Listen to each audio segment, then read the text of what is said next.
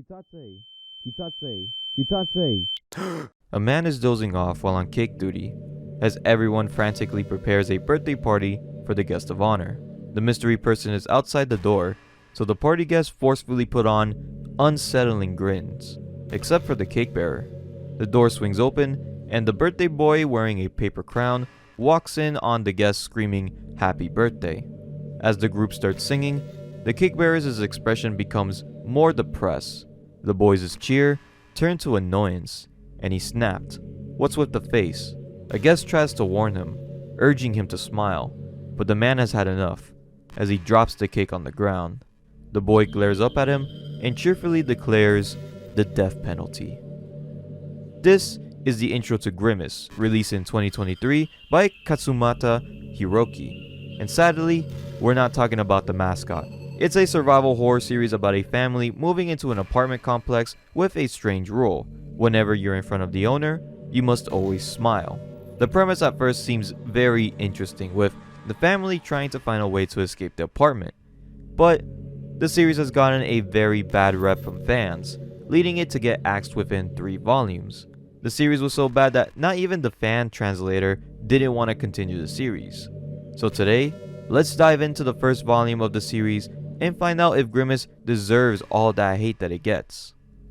But if you guys want to see more anime content like this one, then why not go down and hit that subscribe button. Also, we now have a Discord server, so go down in the description below and join to get updates on live streams, videos, future projects, and merch.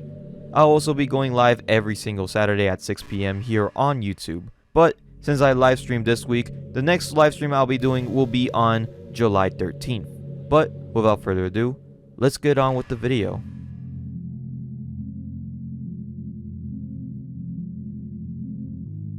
The chapter opens up with the Shirotani family. June, her husband Koji, her teenage daughter Mana, and her young son Yuito, moving into a new apartment. As they unpack, June's friend Yusako, now their neighbor, drops by. Koji takes Yuito to a nearby park, while Mana storms out to wander on her own. Yusako and June chat, with June thanking her for recommending the complex. Yusako then mentions an odd but crucial rule. Whenever they see the owner, they must always wear a smile. The boy with the crown soon introduces himself as the owner. June asks what happens if they don't follow the rule, and Yusako ominously replies, "You'll find out tomorrow."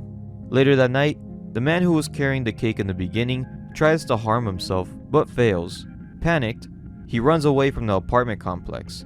Meanwhile, the owner enjoys a bowl of cereal on the 4th floor, when suddenly, the man's mouth starts filling up with cereal. The next morning, Koji goes to take out the trash and sees police investigating the building. The man's body has been found, an apparent suicide, but June suspects that the owner is behind it. As the parents break the news to the kids, the doorbell rings. Yusako appears in a panic, asking if they talk to the police. Before June can answer, a hand is placed on her shoulder, and she forces a smile. The owner has appeared. Introducing himself to June, the owner is interrupted by Koji, who asks about the rule. The owner claims that it's an experiment to foster neighborly kindness and insists that the family participate. Mana refuses, saying that she won't be causing any trouble, which displeases the owner. However, Yuito diffuses the tension with a smile, and the owner leaves with Yusako. That night, the family is asleep until Koji wakes up to find a noose in front of him, with June and Mana hanging beside him. He quickly rescues them as the owner watches from his window. Though his wife and daughter are safe, the doorbell rings again. Koji rushes to the door only to find the owner outside, complaining about the noise. He reaches for the doorknob but doesn't open the door. The owner doesn't really care if he obeys or opposes him. It really doesn't matter to him anyways. Grimace so far has been an interesting read. The premise alone of escaping an immature child of power seems pretty fun, especially when we get to the part where they actually want to escape. The first 2 chapters are to build up to it though, which they did a good job at. I love the family that we're following. They're just a happy family with the exception of the daughter, who isn't mean. She's just going through a very hard time moving into a new place, which is really relatable. The owner is definitely the most intriguing character though. From what we've learned in these 2 chapters, I say he's just a childish brat that meant good in the beginning but then turned into a power-hungry murderer. And that's all we know about him. We don't know his name, his origins, or even how his powers work, and we probably won't know any of this until the end of the series.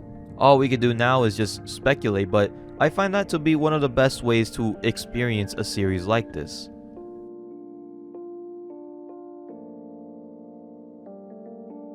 The next day, the Shirotani family discussed the terrifying events of the previous night, when they're interrupted by screams outside.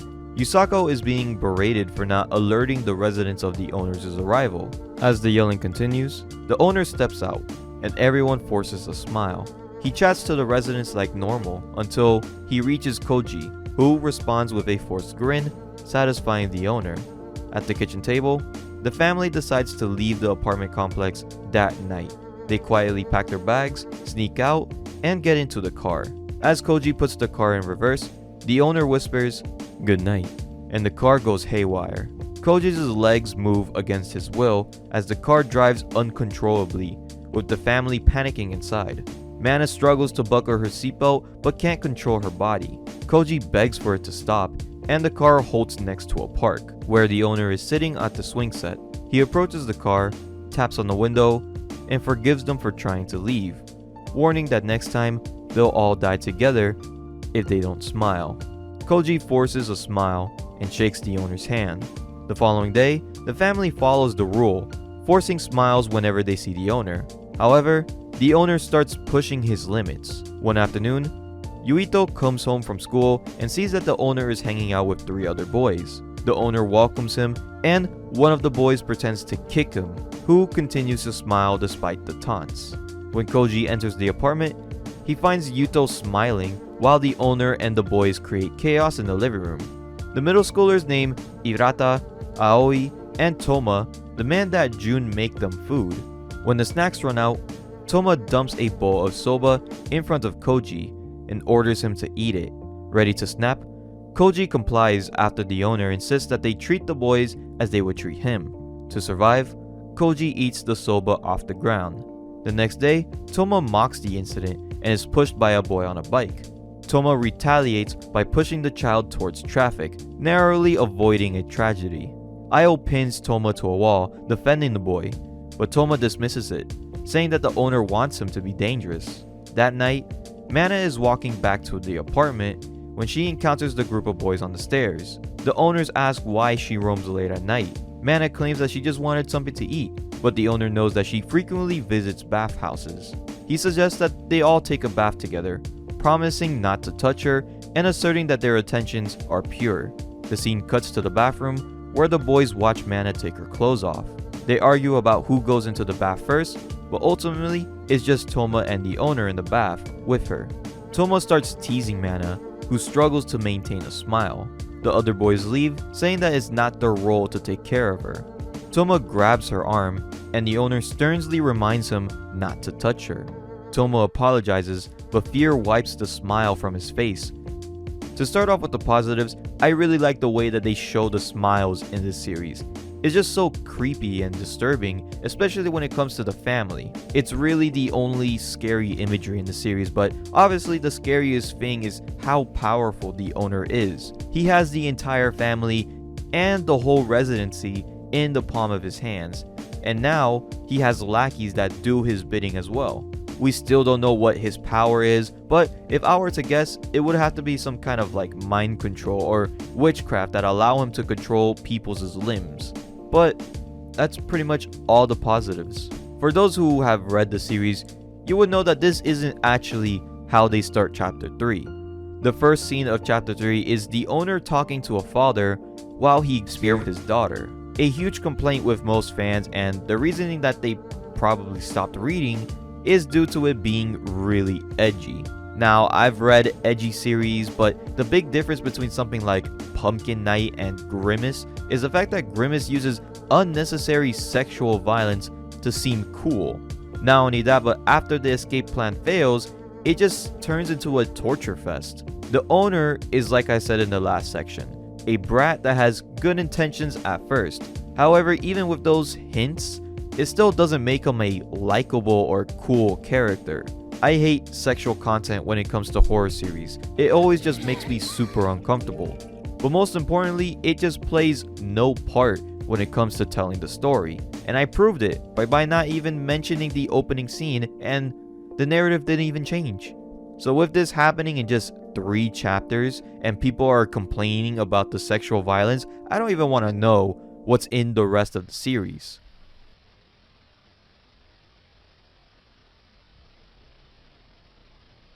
We return to the bathroom scene. Toma apologizes again, and the owner forgives him, calling him a special friend. The bath ends, and Mana goes to bed. The next morning, Toma's mother confronts the owner, demanding to know where her son is. The owner doesn't know anything. Desperate, she pleads for her son's forgiveness as it was just one mistake, mentioning that her son is a courtier. The owner coldly replies, this wasn't his first mistake. Just then, Toma's mother receives a call from the police. They found Toma's body by a river. The detective provides details of his death, and though she wants to snitch on the owner, she hesitates and claims that it's just nothing. The owner then calls Aoi, who addresses him as Mr. Mitomo. They discuss Toma's interference with Mitomo's revenge. Meanwhile, Mana returns home, only to find that the owner is waiting for her on the stairs. They have a tense conversation over cereal, where he apologizes for Toma's behavior, and admits that Mana's actions led to Toma's death. Amused by the situation, but regretful about losing his pawn, Mitomo forces her to eat a bowl of cereal as a twisted reward. Mana later throws up, feeling guilty over her role in the murder. Even her safe space, the bathhouses, have been tainted. The final chapter begins with Hirata paranoid about Toma's death and fearing that he might be next. Aoi questions why Hirata feels like a victim when he was equally involved in the bullying. Hirata frantically calls his mother, who reacts with horror to the news. Jun picks up Yuito from school and encounters the owner. They try to ignore him, but he warns them, saying the next step is the end. But then, Hirata and his mother walk by, smiling. Mitomo greets Hirata, who apologizes. Hirata's mother asks the owner to leave her son alone, explaining that he's still in shock after Toma's death. Mitomo calls out to Hirata, but they ignore him until he grabs Hirata's arm. His mother slaps Mitomo, declaring that she no longer cares about his threats. They became courtiers to avoid his wrath, but now she's determined to protect her child herself. The owner turns to June, asking if she would protect her son. She firmly replies, yes. The owner allows them to go home, and that he'll see her at next week's meeting. For only 2 chapters, the story actually leads to some pretty interesting reveals. Not only do we now know the owner's name to be Mr. Mitomo, or at least that's what Aoi called him in the translation, but now we get introduced to courtiers. We've heard about it in chapter 3, but never in full detail. Both Hirata's and Toma's mother say that they were both courtiers, meaning that they're friends of the king, or in this case, Mitomo. Not only were the boys courtiers, but also Yasuko, which explains why she invited Jun to move in. We also finally see somebody standing up to the owner, with the craziest panel of the entire volume, Irita's mom slapping the owner. He's obviously angry about the slap, but my guess is that he let it slide just because she kept a smile throughout the whole confrontation. It's either that, or he respects that the mothers will protect their sons no matter what, giving a hint at his relationship with his own mother. I also really like Mana. She's the only character in the whole family that actually has personality. I mean, Jun is motherly, Koji just stands up for his family, and the son is good with his instincts to survive. But none of them get enough screen time to really explore their mental toll of the situation. Unlike Mana, she gets her own trauma with the owner and is responsible for the death of Toma, which we see her go through her grief in detail. But even back in chapter 1, she was like the only character to really have personality. Now obviously this could be fixed in the next 13 chapters, so I'm not really harsh on it too hard, but with just the first volume I really expected a little bit more. Grimace offers a compelling yet flawed take on the survival horror genre. The premise is great, with a family trying to escape from a sinister brat with mysterious powers while also following its ridiculous rule of smiling. But there's not much to be desired in this volume, especially the escaping part, since they say they want to escape, but they haven't thought of any more attempts after that. The family also shows promise with a wholesome dynamic between them, but they barely get any emotional depth except for the daughter, which makes her shine brighter than the rest of the family. The biggest complaint is that the series quickly descends into a gratuitous violence and unnecessary edginess, distracting from what could have been a more nuanced and psychologically thrilling story. The owner's ambiguous powers and the concept of courtiers add some layer of world building to the narrative, but the reliance of shock value and the underdevelopment of certain characters hindered the series' potential. Despite these shortcomings though, Grimace does manage to create some genuine disturbing moments, and most of these problems that I listed could have been fixed in the next couple of chapters.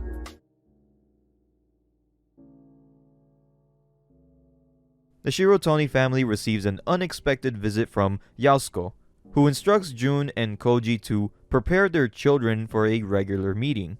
Jun questions Yasuko about their friendship, but Yasuko dismisses her, asking why Jun never called if they were truly friends. Jun then asks about the courtiers and how to become one, but Yasuko only replies that time is up and tells them to gather up the children. At the monthly meeting, the family is confused about why their kids have to attend. The owner arrives and everyone greets him with a forced smile. He announces a special project to welcome the Shirotani family. Intrigued by how the parents would protect their sons, he decided to test this. He prepares a showdown between Jun and Hirata's mother, Kirie. The person to win 2 games in a row will be the winner, with the loser having to give up their son's life. The Iritas will participate later, but for now, it's the Shirotani's turn. The first game is called Family Bashing. One family member has 10 seconds to hit one another. If time runs out and they smack no one, then the owner will control them and strike Yuto. The goal is to protect Yuto while keeping up a smile. Jun refuses to participate at first, but the owner says that it's fine, cause he'll just do the work himself, forcing Yuto and Koji to sit down. Jun reluctantly picks up a Roman whip with sharp rocks attached. She hesitates, but when time runs out, she strikes Yuto, leaving nasty cuts on his face, yet still managing a smile. The owner then calls out on Mana to participate, despite Jun's protest. Mana picks up the whip, striking Koji, but the timer doesn't stop. The family continues to hit each other until the owner ends the game, promising the family another challenge soon. Koji asks about the Iratas' family result, and the owner reveals that he didn't have to hit their son even once. A woman in the crowd offers to tend to their wounds, though she's not allowed in a hospital. 6 days later, the Hirata and Shirotani family are visited by the owner and an older man preparing for the next game. The owner and the representative introduce the second game, questioning what it means to love one's child, and explaining that they would do anything for their child, even handling their waste. The second game is an eating contest featuring a special curry and juice with a foul odor. The first to finish their meal wins, with a reminder to keep on smiling. The mothers chow down on the curry, but Hirata's mother throws up. Her husband yells, urging her to continue on for their son, Osamu. With pressure from her family, she finishes in 5 minutes and 44 seconds. The husband becomes anxious, contemplating another game if they lose. The next day, the owner prepares the Hirata family for the third game, entering a room with 2 chairs for Family Bashing Part 2. This cycle of games continue on daily for a month. Kirire, exhausted and battered, is thanked by Osamu for fighting for him. She questions what she gains in return for being his mother. Osamu then cries, expressing his love and desire to live. Kirire, feeling depressed, apologizes and then leaves the room. The following day, Osamu dozes off in class, sitting on an open window ledge. A classmate warns him of the danger, but as Osamu turns, he panics and falls, leaving his classmates to witness the horrific scene.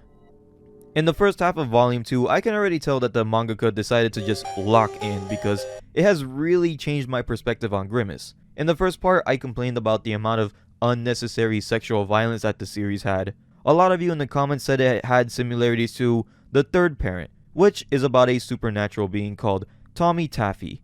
going to family homes and staying with them for 5 years to help take care of their kids, while torturing them if it doesn't go its way. It's a great story, but it does have the same issue as Grimace with all of this sexual violence. Thankfully, we haven't seen any in these first couple of chapters, and spoiler alert, we never do in this volume, so that's already extra brownie points. The story so far has shifted into a Saw-like story where the two mothers now have to go head to head in games to save their child. But I'm confused, because if the purpose of the games is to see which mother cares more about their child, then why are the rest of the family a part of the first game? It would make a lot more sense if it was just Jun and Kirie doing the whipping instead of the other way around. It's also weird that we only see 2 games. Why couldn't they just do other games and then drag this out a little bit more instead of just repeating the same 2 games over and over? I will say though, the first 2 games were very uncomfortable to sit through, which is what you want in a story like this. The art design definitely helps out the creepy vibe of the series. The designs of the characters are so unsettling, and when the families get bruised up, the art makes the whole experience feel even more painful. Another complaint that I had in the last part was the lack of character development for the family, which isn't really fixed here. This part of the volume we get more of a focus on the Hirata family, which, to be honest, I could care less about. However, seeing her mentally break down and the conversation that she had with Osamu is really heartbreaking. It's really sad to see, and that whole thing perfectly led up to the final scene of Osamu falling off the window. I have many theories on what actually happened, like did Osamu had enough of seeing her mother get tortured? Did he jump because his mother doesn't love him anymore? Or was it not a Hideasus? Did Kiri lose the game to Jun and now the owner has taken his life? That's honestly the option that I'm leaning towards, just because we saw Osamu dozing off and end up on the window just like how Koji in the first volume did. Not only that, when he turned around, he was visibly afraid, and that was what caused him to fall to his death. We'll have to see in the next half, but so far this volume has really taken me by surprise at how good this is. Let's just hope it can keep the momentum going.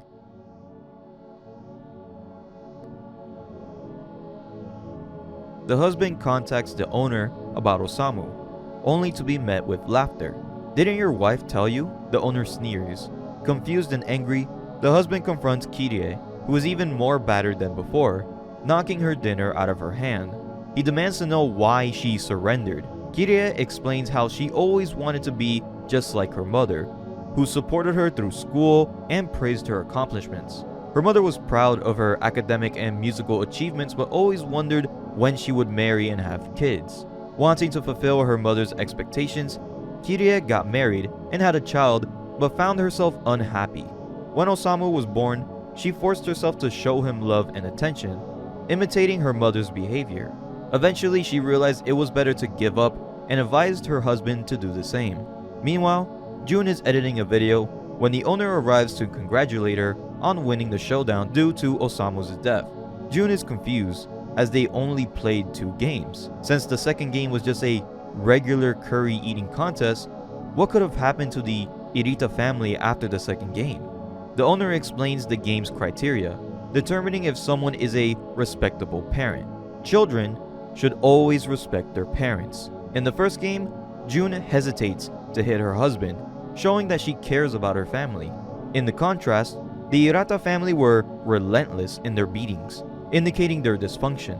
The Shirotani family won from the first game because of the Hirata's fractured relationship.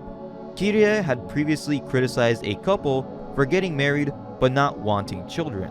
The owner was furious when she acted like a model parent for Osamu, knowing that she was faking it. Jun asked what would have happened if they had lost both the games, but the owner was only interested in exposing Kirie as the failure of a parent that she is. He asked if the Shirotani family neglects their children, and if not, then why aren't there pictures of their kids in their house? Jun genuinely smiles, laughing as she explains that they keep photos of their kids on their phones. Both she and the owner share a laugh, and he congratulates her again. The owner then calls Aoi, thanking him for his hard work, but questioning why the Shirotani family lacks family photos at home. He realizes Yuto is crucial to Jun, but notes that they didn't hesitate to hit Mana during the family bashing. Mana is in her rebellious phase, but it seems more severe than anticipated.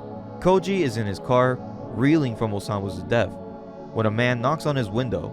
It's someone familiar from the meetings. He hands Koji a phone displaying a message.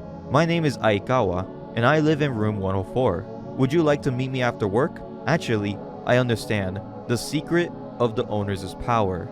They meet at a restaurant where Aikawa introduces himself, explaining that he moved in with his wife and daughter a month ago and has observed the owner. He believes that the owner's power is hypnosis. Koji is skeptical, but Ikawa elaborates. He describes post-hypnotic suggestion, where people act a certain way after waking up without remembering the suggestion. The trigger is when the owner shakes hands or taps on somebody's shoulder. But now they have to determine what triggers the death penalty. Since they can work and attend school, it doesn't count as breaking any escape rules. So, Ikawa suggests that Koji takes a day off and pretends to go to work, and instead go for a long drive as an experiment. If they can remove each other's families from the apartment complex, then there might be a chance to escape. As they prepare to leave, Koji then asks him if he's afraid of leaving. Aikawa responds, "Afraid? It's the children who are the most scared. Why should innocent children have to suffer in a place like this?" They wave goodbye, giving Koji time to reflect. The final scene shows the owner torturing Yasuko and her family, all with a smile. The first half of the volume was great, and I think this half is even better. It manages to fix all of the problems that I had in the first volume. To start off, there's no sexual violence, so yippee for that one. Second, we're finally seeing the family trying to escape, or at least try to attempt an escape route, which leads to one of the best reveals of the whole series, the owner's real power being hypnosis. I'm not mad at the hypnosis thing at all. It makes a lot of sense, plus it makes the series a little bit more realistic than just like a supernatural alien torturing everybody. Third, they managed to give character development to not just one side character, but to both the parents and Mana. We found out that Kire actually gave up in the games, which is the reason why her son died. We get a backstory which is pretty sad, and I know a couple of people that could relate to this, except exaggerated of course. But the craziest development is with the parents and Mana. The plot twists of the games were so unexpected but was hinted at if you take a little bit closer look at the panels. But the biggest plot twist is the reveal of the parents not hesitating when hitting Mana in the family bashing. I asked why the rest of the family were involved in that game, and the owner's explanation was basically just to test both families. And to be honest, it's a pretty perfect excuse. We can assume that Mana did something so heinous that it caused the family to have to move into the complex, which basically started this whole series. Not only that, we get scenes with Koji being cowardly and June opening up to the owner without faking a smile. Maybe in the future we might see her become a courtier, or maybe even one of her personal assistants. It definitely leads to some interesting predictions heading into the next and final volume. And last but not least, the amount of torture scenes were becoming a little bit too much at this point. Thankfully, not only are the torture scenes a part of a bigger situation, but the games themselves have a purpose to the story and it moves the narrative forward. The owner has said multiple times that the reason he does the things that he does is to better the community, make the neighbors unite, and smile. Obviously, not all of his actions reflect this. He's still a maniacal, childish brat who wants to have fun, but get things his way. So it makes sense why he wants to expose the family for being horrible parents, which probably has a lot to do with his own family as well. We don't need to know his whole backstory to like this series, nor do we need to know the details of his powers either. It just plays really well into the mystery and scariness of the story, but what we do need to know is if this series can stay this good. Grimace was a wasted potential series. Emphasis on was though. The series managed to do a whole 180-degree turn and actually get me excited to continue reading. The games, though brutal, serve a narrative purpose, pushing the story forward while maintaining a tense, unsettling atmosphere. The owner remains shrouded in mystery, adding to the horror's allure and leaving us curious about his true intentions. By moving away from unnecessary sexual violence and instead introducing interesting elements like morality and familial bonds, the story has regained its momentum. The character development of the parents, Mana, and even Kire adds depth, making their struggles more relatable and emotionally resonant. This volume effectively uses torture scenes to propel the plot and explore dark motives behind the owner's actions, adding complexity to his character without losing all of that mystery and suspense that has defined this series. As we approach the final volume of the series, many questions pop into our heads like, can Grimace maintain its momentum? Can it deliver a satisfying conclusion? But the biggest question in my mind is, what made this series get axed in the first place? And are we going to find out leading into the third volume?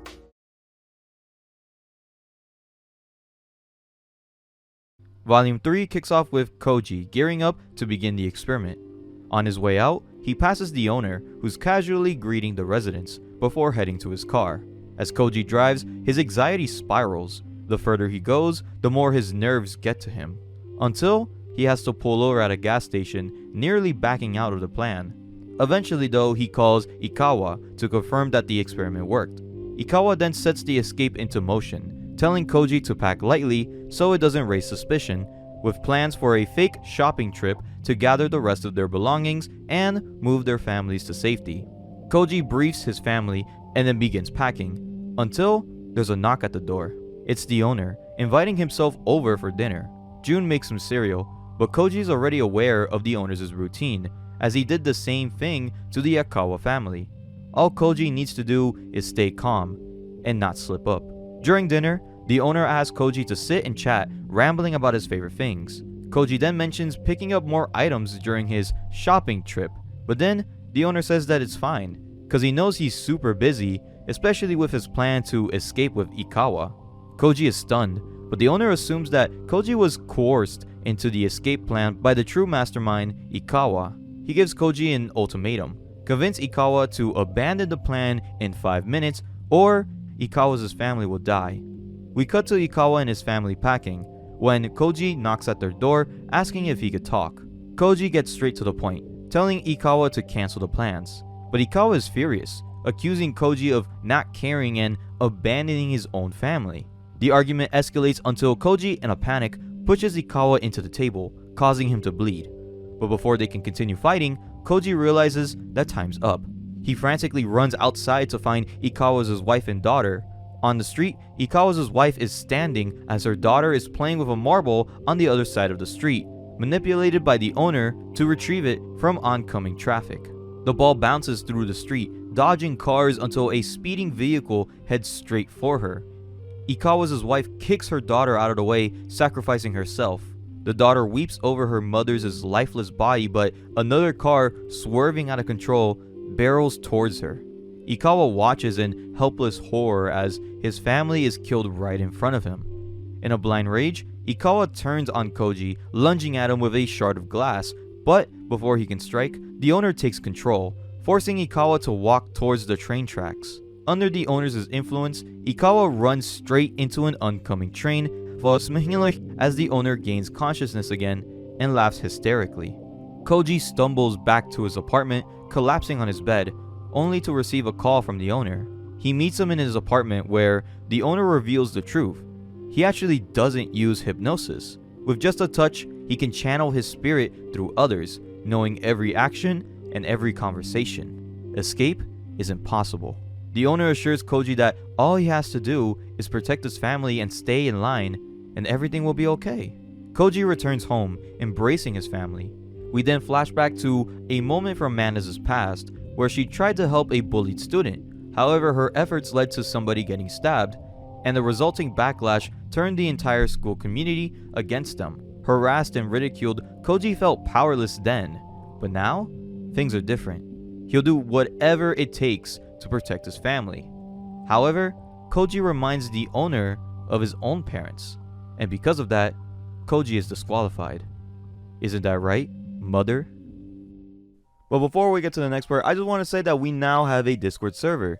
So if you guys want to talk about your favorite series, get recommendations, and just connect with some like-minded fans of mine, then this is the server for you. We'll soon be hosting live community events like games, live reactions, and live readings only on the Discord server. So if you want to be involved in this, then why not scroll down and join our community? But back to the video.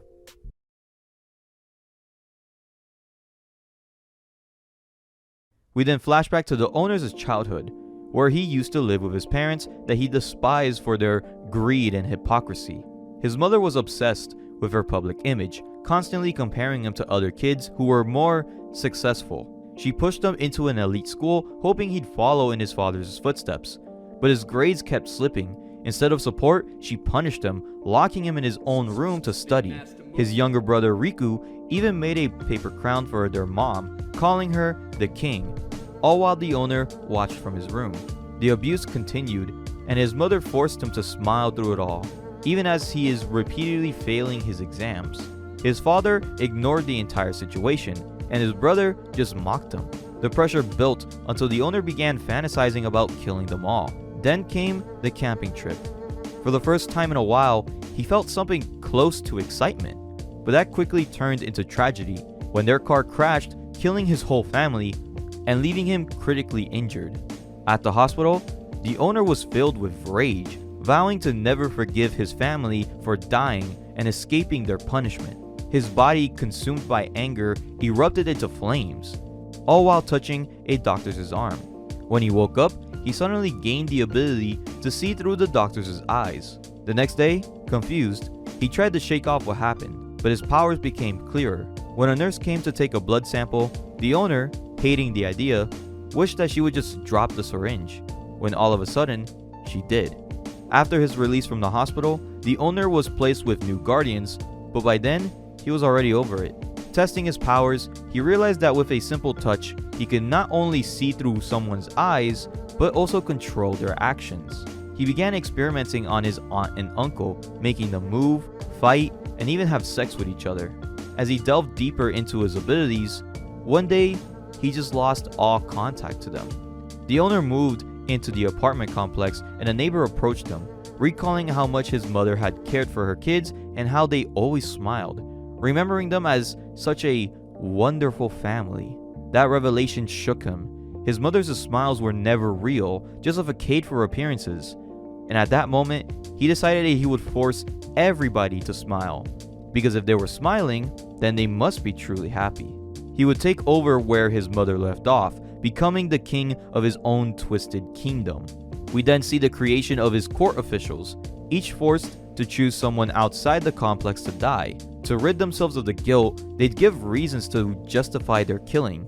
The owner would touch the official, who would then touch the target, and just like that, his kingdom grew, all in the name of exposing the lies of parenthood. We cut back to June, sleeping, while the owner's spirit flows out of her body. The next morning, the owner wakes Koji and invites him to the living room. Now, it's Koji's turn to be exposed as a helpless father. Confused, Koji asks what's happening. The owner explains that this is a continuation of his punishment for trying to escape. But don't worry, the death penalty isn't on the table yet. He asks June to bring him some cereal. She then returns holding two bowls, one with cornflakes and the other with thumbtacks.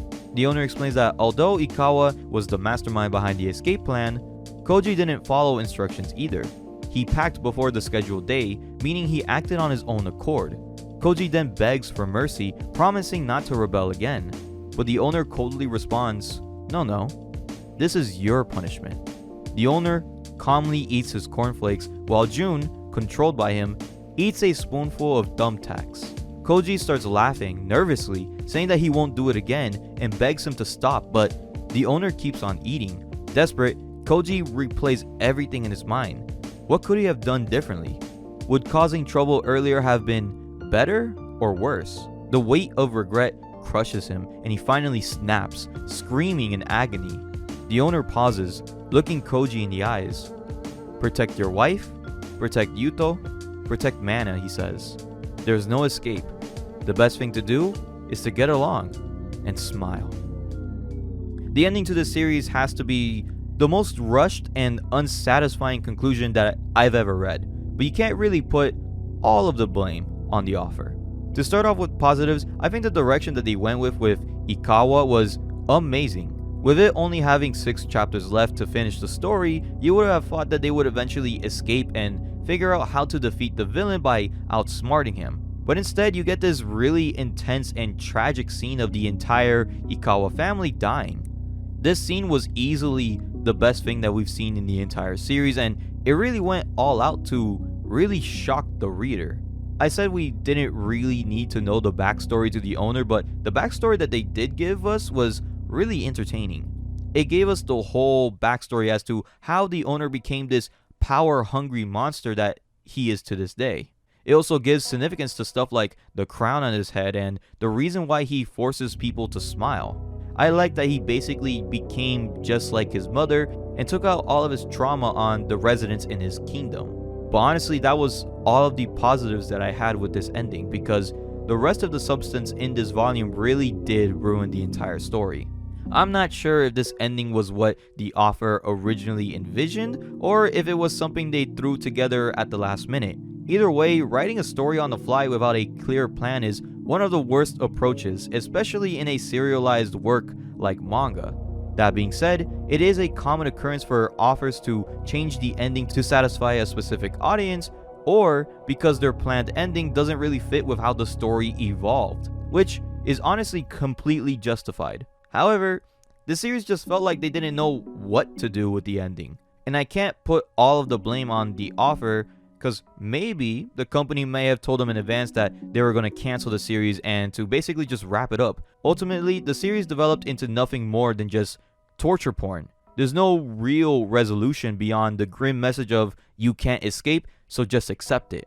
I'm not saying I needed a happy ending, but the fact that the story lacked any substance or meaningful backbone made the whole thing feel like a waste of time. The twist about the owner's powers being hypnosis added some intrigue, suggesting a possible weakness. It made us wonder if the Shirotani family could even figure out how to outsmart him. But then we learned the truth, that the owner is basically an all-powerful being who can control and monitor people by just touching them. Suddenly, escape became not just difficult, but basically impossible. The author made the owner too broken, so any escaped attempt would just be really pointless. And it's sad because I really did like Koji's dilemma, trying to protect his family by not causing any trouble, but with him finally snapping at the end, I was left wanting more. I wanted to see what Koji would do next, how he would evolve, but instead, the series just leaves us hanging with no real payoff. Maybe take the direction of becoming a court official like what was hinted at in the beginning of Volume 2. Maybe we see a perspective of a new family moving into this apartment complex, and then we get cameos of the Shirotani family. But the real reason that it was cancelled was not because of the company interfering, but according to fans online, the mangaka himself just gave up on it. Grimace had so much potential, so much more longevity, and it looked like it was picking up steam with the second volume, and even the beginning of the third, it was really good. But it all came crashing down with just a rushed and wasted conclusion. If the mangaka randomly picked it up again, I wouldn't be opposed to reading it, but right now, I think that this series is just wasted potential. If you made it to the end, then I want to personally thank you guys for watching this supercut of the entire Grimace story. This is the first time I've ever done a video like this, and it definitely won't be the last. If you enjoyed this video and want more horror manga videos like this one, then why not hit that subscribe button? But I'll be seeing you guys in the next video.